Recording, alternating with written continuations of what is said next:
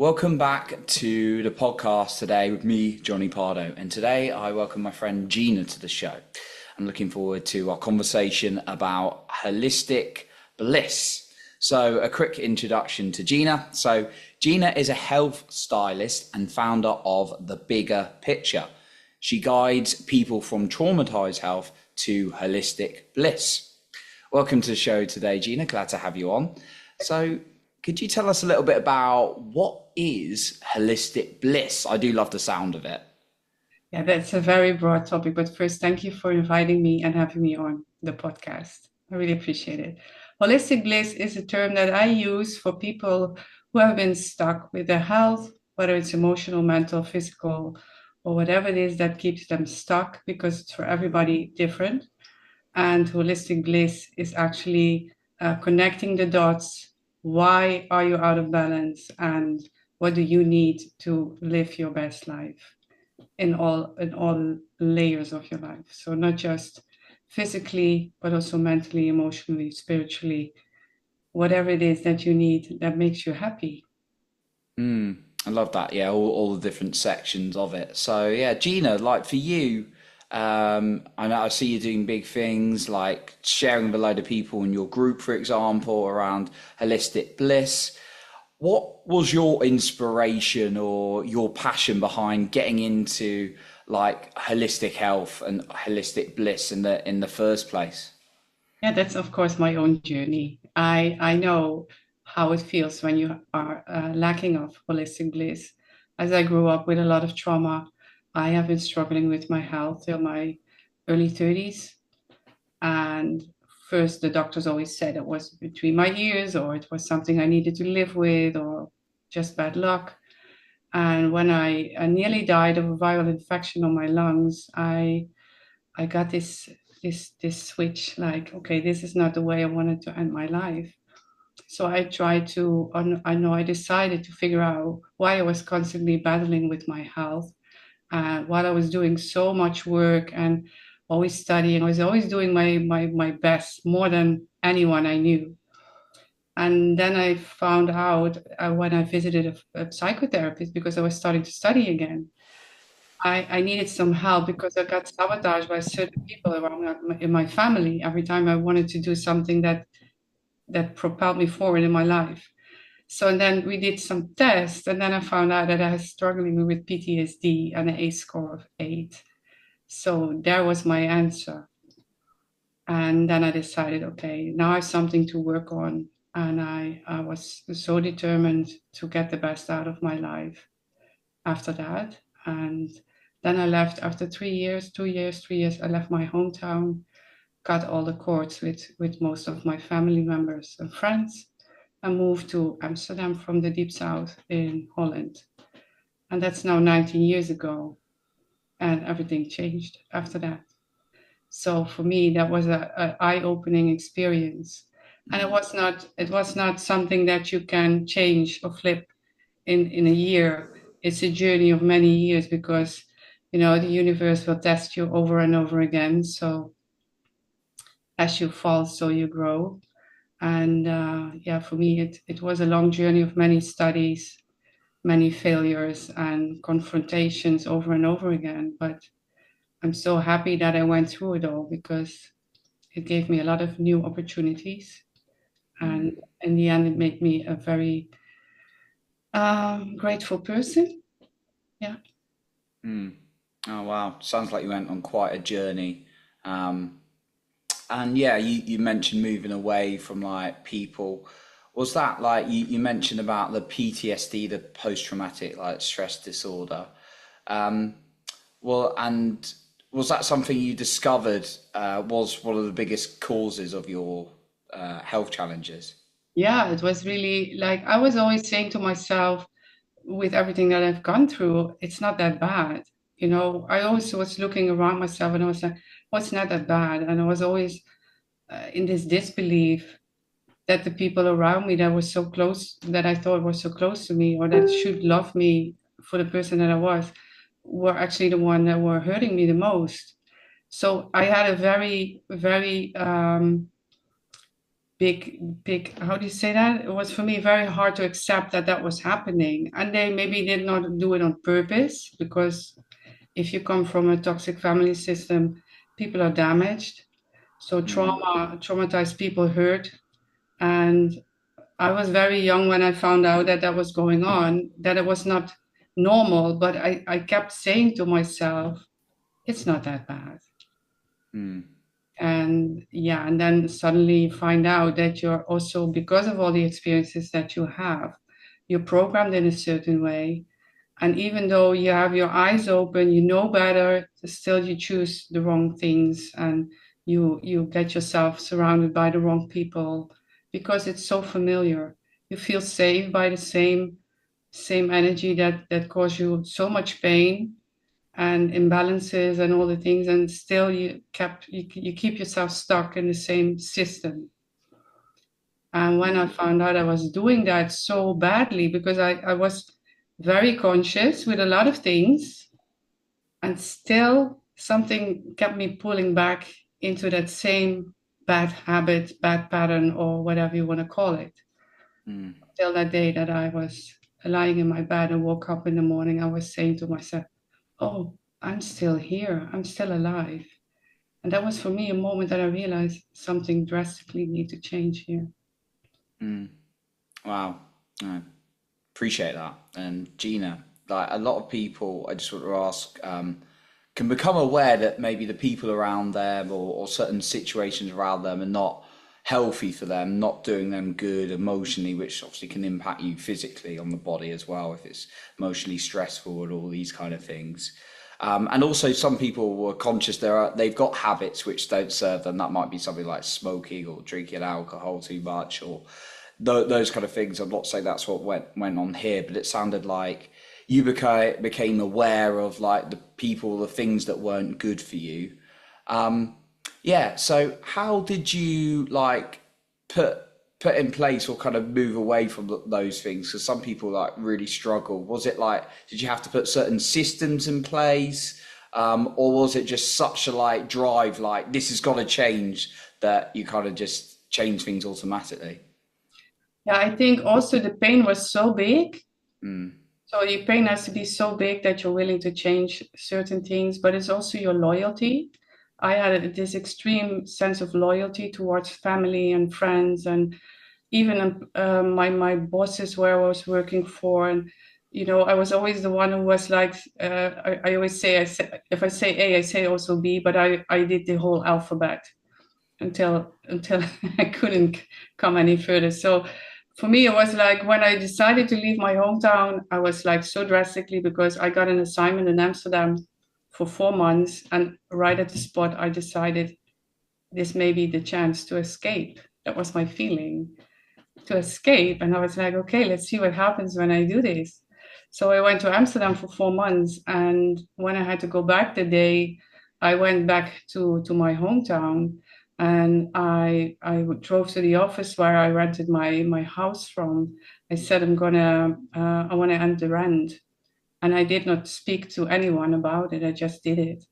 And I went outside and was like, oh, now I need to arrange in Amsterdam that I can still live in this temporary apartment. So I went back to Amsterdam, and I called my the the the man that gave me the assignment for the 4 months. He's a real estate investor. And I said, I need to talk to you. He said, what's wrong? I said, no, nothing is wrong, but can I stay in the apartment? And he was like, what? Oh, yeah, we make arrangement. That's okay. That's okay. And so I could stay in the end, but I just took the risk of getting the no. And then I was like, yeah, and then if it's no, I will see what happens then. Mm. So the pain was so big of going back to the old situation, to the old environment, that I was willing to take any risk to stay away from there. Mm. I love that you had like such a drive, and maybe it's something that the listener's not in that place of like it's so bad, but maybe they could see where it could go if they don't make the change, and that's something I've done before. You have to feel into actually what's going on and you want to make that change. So I'm glad you were able to make that change for sure on that. And it's really interesting, Gina, as well about you talking about the impact of like people around you because I don't think we like. I've certainly been guilty of like not noticing that, and even it could be like some good people, not even like nasty people. It could be some good people, but they're just they've been hurt. They like to be in that, and I've definitely been in that victim mentality of like, oh, life's really tough right now, and it's just like it's all energy, and we're always like taking it on. So I love that you've like highlighted how important your environment of people is. Yeah, I call it always also because if I work, I call it the body mind food connection. And people think if I mention food, it's only what we eat, but it's also everything we take in. Mm, So, and food needs to be energy. So if something that you take in is not giving you energy, then why do you take it? It's the same with eating. If something is not healthy for you, okay, we have this 80-20% rule. But if you're on the other side, you have the 20-80% rule. Why do you do that to yourself? mm, Why don't you choose the best thing that you can take for yourself? And that's the same with people, with work, with every choice that you make. And of course, ooh, we all make certain decisions in certain times of our life that you can say, oh, why did I do that? But then you learn from. And it also doesn't have to be 100% all in every day. But if you're on the contrary, always choosing the worst choice for yourself, then you really have to take a look in the mirror. Why you're taking why you're lacking to take care of yourself, and that's the root cause of a lot of things that in the end cause all the illnesses and the disruptions in your body, because the stress takes its toll on your physical, on your physiological processes. mm, So deep goes it. mm. I like what you said about the 80-20 rule as well. Like for food, it's not about being perfect 100%, it's all organic and all your food's fresh. But also you're kind of seeing, I get this is what I'm interpreting. You're seeing like the people and the mental kind of like food you're taking in is never going to be 100% perfect either, but you want to focus on what it is most of the time. Is that Yeah, right? what is feeding you? I always say, what is feeding you, and what are you starving? It's Mm, the same with your gut health. If you eat so much things every day the same, you're starving a part of your microbiome, because everything that you eat is feeding your gut flora, your microbiome. So if you're only eating proteins, you're just feeding your bacteria that thrives on protein. And so you get a disbalance in your gut. And that's the same with all the other things that you're doing. So there needs to be a good balance. And if you're feeding certain things only on one aspect and you're starving other parts, that's the way how I look at it. So it mm, needs to be in balance, and it doesn't have to be 100%, because we all have to have a little bit resistance and resilience to bad things as well. So that's how we train ourselves. That's also how you train your gut. mm, interesting. It just made me think that the gut, I know, plays a huge role in your emotions, and that's underestimated as well. Often feeding the gut healthily. Just thinking for the individual with who's not who's a bit challenged with health at the moment, like maybe physically and or emotionally, probably is emotionally if it's physical as well, some on some level. Um, but yeah, just for that like individual who may be like very overwhelmed. They're like, there's so much I need to consider with my physical health. Now I'm hearing there's a lot on the spiritual side, the emotional side. Where can that person who's maybe a bit knows they need a change in their health, but they feel a little bit overwhelmed, there's a lot, where can they begin? Yeah, if they come to me, we do first to start with an assessment. So we're going to look where is the big pain? Where can you make a small change that is easy to do? Because most people have struggles with, I call it the big five. So that is your circadian rhythm, your sleep, the way you eat, what you eat, and your digestion, and a few other things that are combined in that. So we make an assessment about that. We also walk the lifeline back to your childhood, what has happened, and we set things in place. And then if somebody is really struggling with how to eat, then we first start with looking what can we change in there that's easy to comprehend and to cope with, before you start to dive deep, because otherwise people get indeed again overwhelmed. Mm, So it needs to be digestible. Make it digestible and take one little step at a time, and then peel the layers. Because that's what I do best with people, is to start small, and then in the end we go to I always call it a pit, but I don't know if that's the right word in English. But you go to the core. mm. I like that. Yeah, diving to the core. Yeah, like that would be my kind of thought as well. If you're very overwhelmed with it, there's a lot of studies and there's lots of information out there. But finding yourself a coach, an expert, someone who's overcome challenges in their life is a very high recommendation of mine in kind of like any areas, if they resonate with you, of course. So I know, yeah, you've also offer things out there. So yeah, Gina, be really useful as we kind of like wrap up today, where the listener can find you, and I know you've got a group where you can support people as well. Yeah, I'd like to hear a little bit about that, because I know there's a lot more you can go into depth with, and you can support people specifically. And I'd recommend, if you've got health challenges, connect with Gina, check out her group, and then get in touch. And then is there maybe a final point you want to leave us with today? Yeah, I have one thing that I always say to people: follow your gut. If something feels off, it mostly is off. So always search for help. There is always somebody who can help you. And if that person cannot help you, they probably know somebody who can. Mm, I love that. Follow your gut, and then on that side, cool. And yeah, where can the listener find you if they want to find out more about your work? They can join me on my Facebook page, my personal page. They can send me a DM, and they can, of course, join the bigger picture. Mm, It's a beautiful community where everybody is welcome. And it's about holistic health, personal growth, and empowerment. So it's a lot what people can find in there. And they can have a member spotlight interview as well.